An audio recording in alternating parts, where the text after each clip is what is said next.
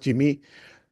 This edition is a very tough one because it's hard to see an elderly man cry in public, a professor, an accomplished academician, an accomplished administrator.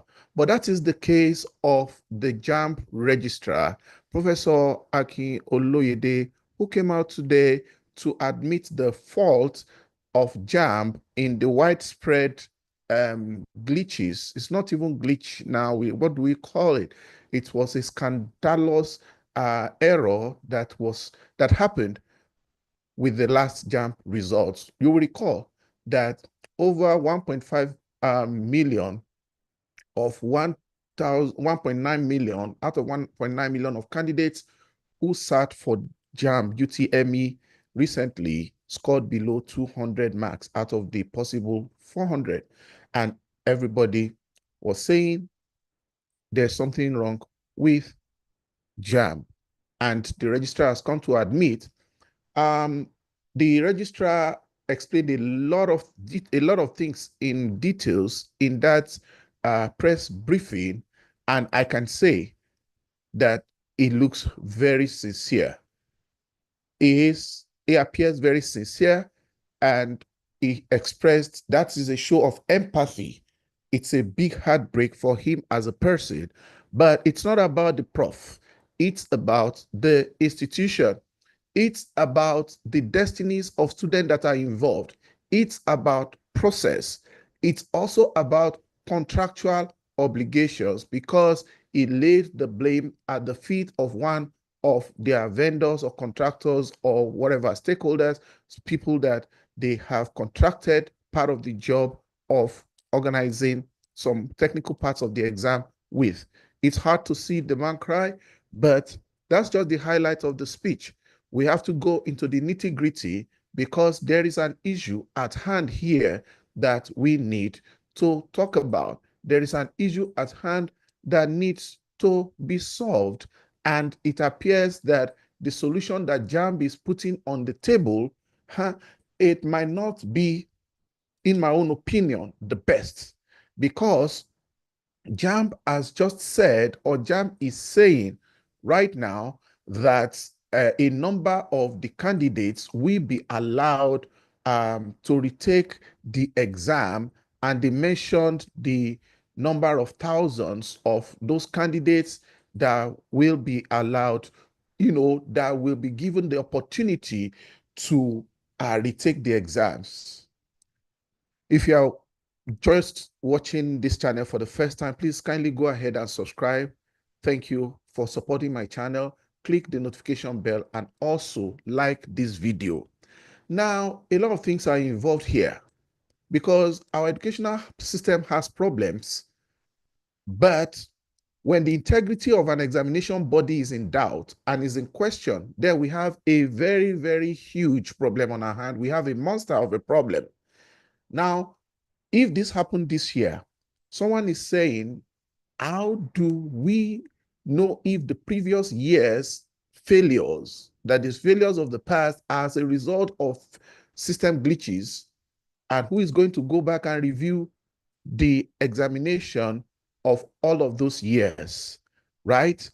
Now, this admission of fault, I titled this video, Jamb admits failure, professor, okay, Jamb admits failures and all of those things, but I put in a clause there that the professor can be sincere, but what? Sincerely wrong.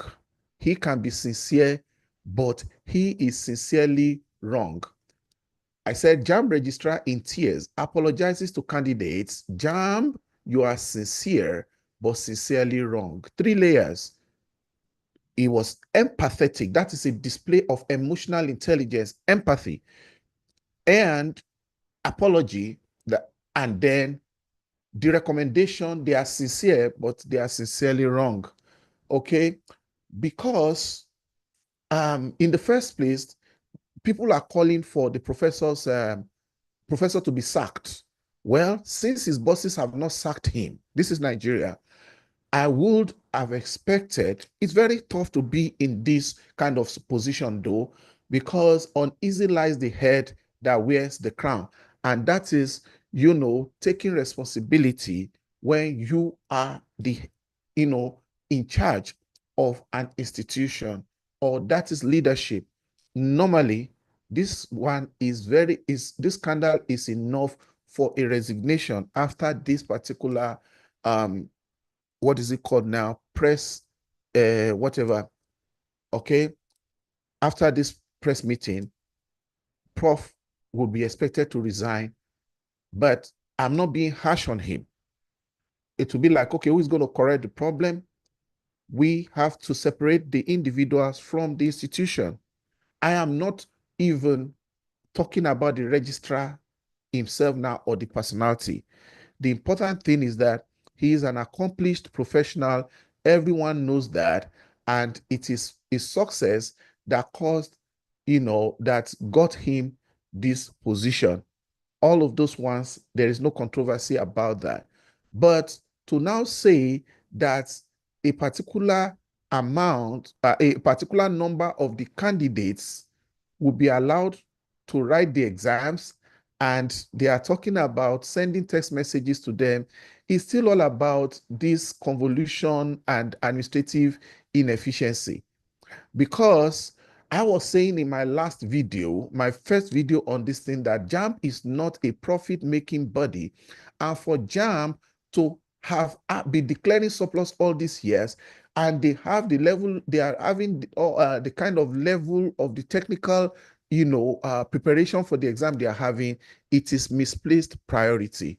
You will see that this man is straightforward, is very sincere, but the point is that Jamb misplaced this priority in the aspect of, first, for having surplus, they are overcharging, because that is not a business. It's a public service. It is education.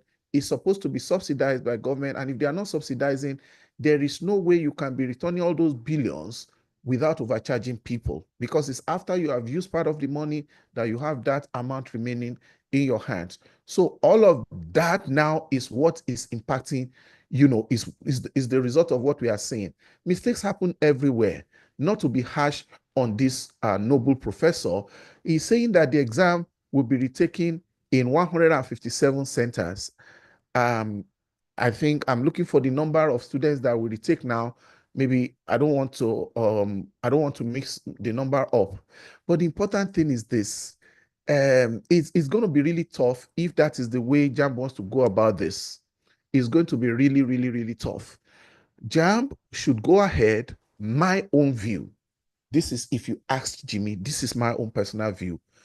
Jamb should go ahead and conduct the exam all over the federation again, even though they said they identified the problem in certain areas, right?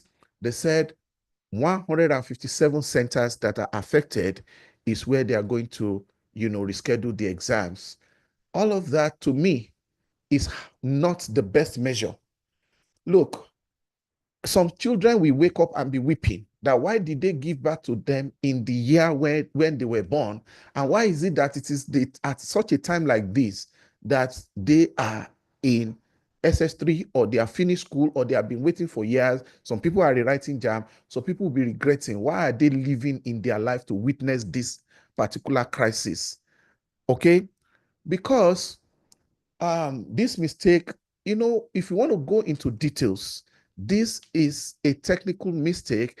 This has to do with, he opened the conversation, the press briefing, with statements about, human error and all of those kind of things, but it's human error, but destinies are involved.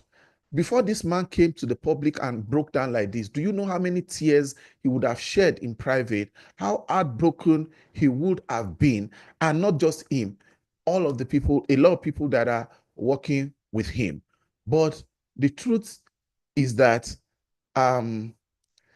we cannot, I sympathize with him. Personally, I sympathize with him. He was saying, man proposes, God disposes. People are saying, sir, leave God out of this. Well, nobody wants to leave God out of our lives, but let us face the technical issues here. He said it several times over. Man proposes, God disposes, man proposes. This one is not a thing of faith. I know he's a man of faith. It's not a thing of faith. It is practicality. It's just like taking an airplane and saying man proposes, God disposes. Because this is the airplane that is bearing the destinies of people's lives, right? You see, people are not going to easily forgive this because they already understand the inefficiency of the Nigerian system generally.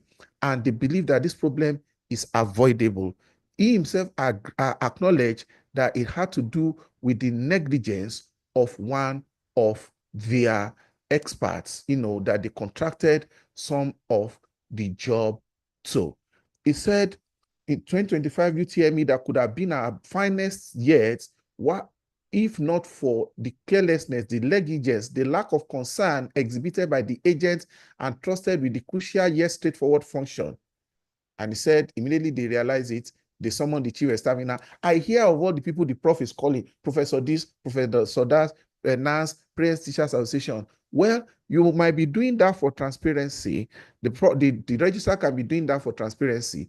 But you see, when I look at some of these committees, yes, administratively, you need people of timber and caliber.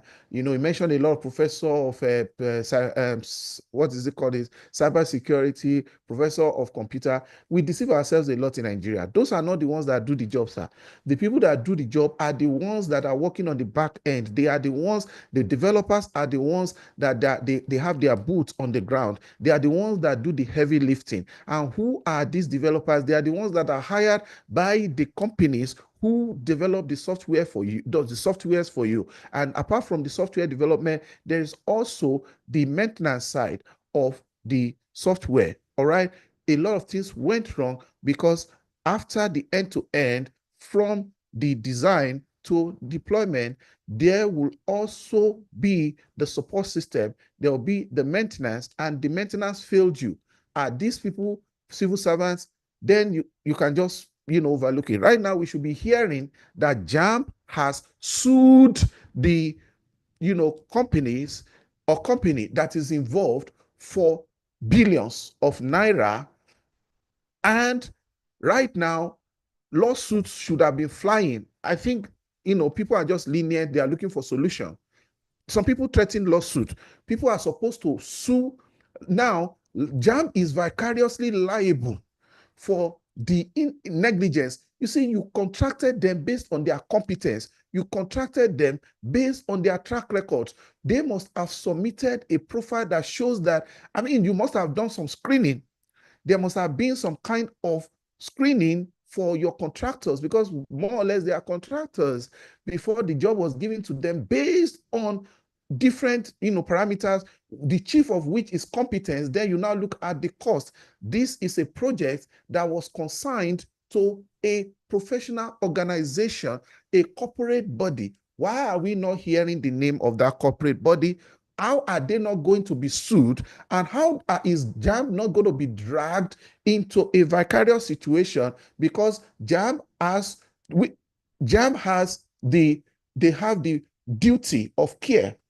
It's called fiduciary duty to all the candidates who are the participants in this exam.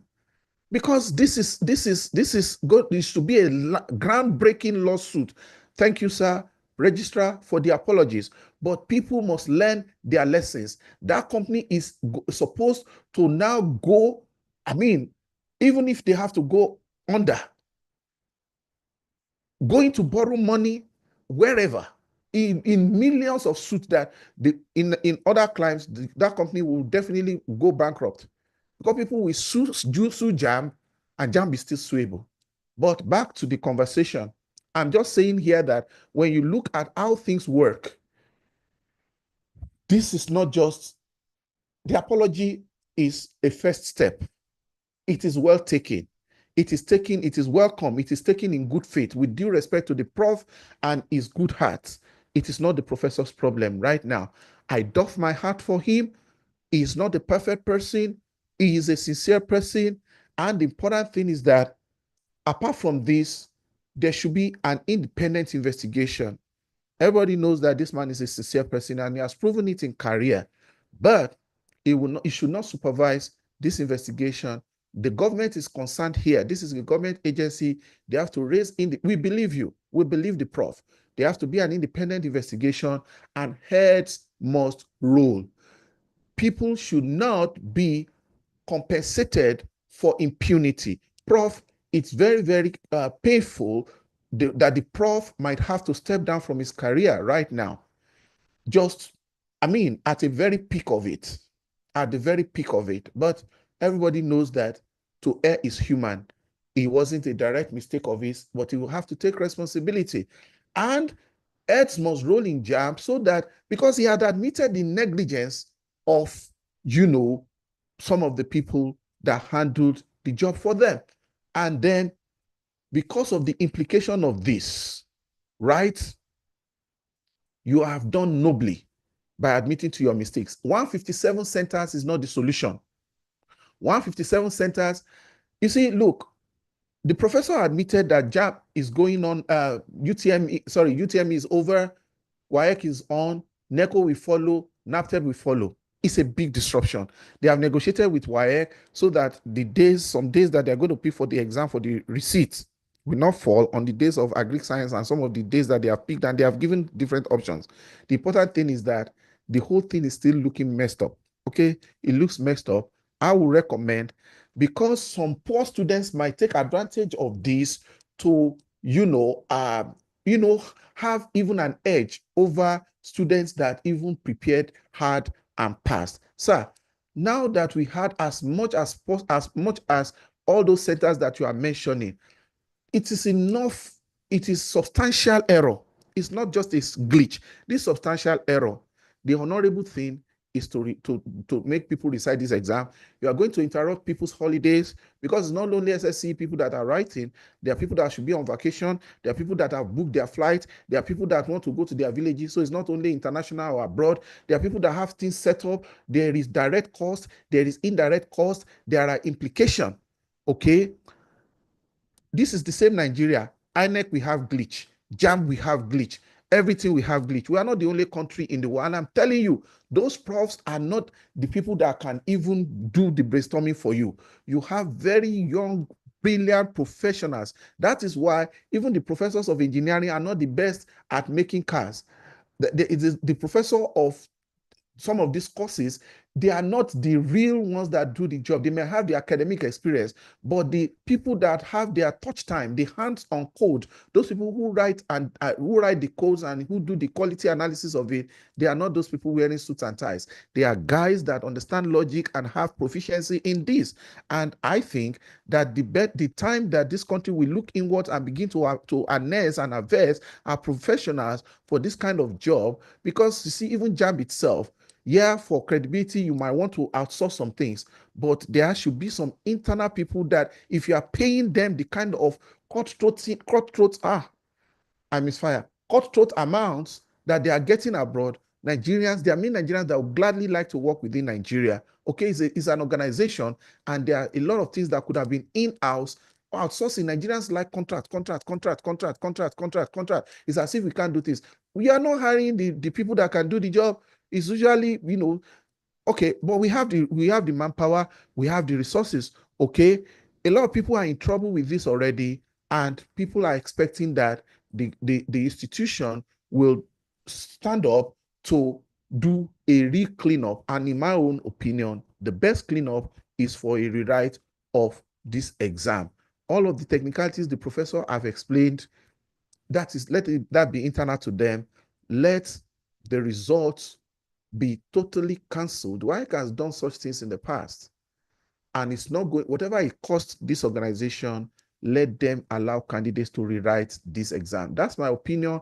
It is an ongoing conversation. We are being patient with JAMB. We sympathize, with the parents and everybody that has been affected by this, and hopefully JAMB will come back to tell us that everyone will rewrite the exam, so you give them equal opportunity, because it is, very, very painful and embarrassing to all the candidates already. Thank you for watching. If you are yet to subscribe, please go ahead and press the subscribe button and like this video, and I will see you on the next one.